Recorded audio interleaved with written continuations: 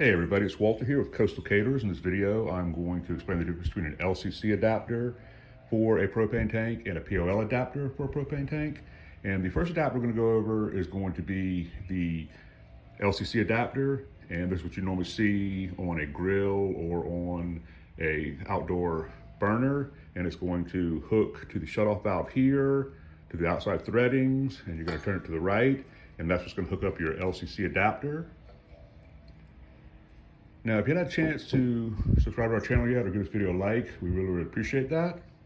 And the next adapter that we're going to see is going to be the POL adapter, and that stands for prest-o-light adapter. That's the company who invented it. So the POL is a little bit different. It hooks to the inside, it connects to the inside threading, and what's unusual about the POL a little bit is that it actually is a left-hand tight instead of right tight. So that's a left-hand turn with the POL adapter. And normally you'll see this when you're getting your tank filled. That's when you'll see an adapter like this, or I believe in welding still, the main adapter they use. So we hope you like this video. Be sure to pick up a gas stop gauge. Don't run out of propane in the middle of grilling. Don't let that happen. Grab one of these. We'll have a link. Once again, this is Walter with Coastal Caterers.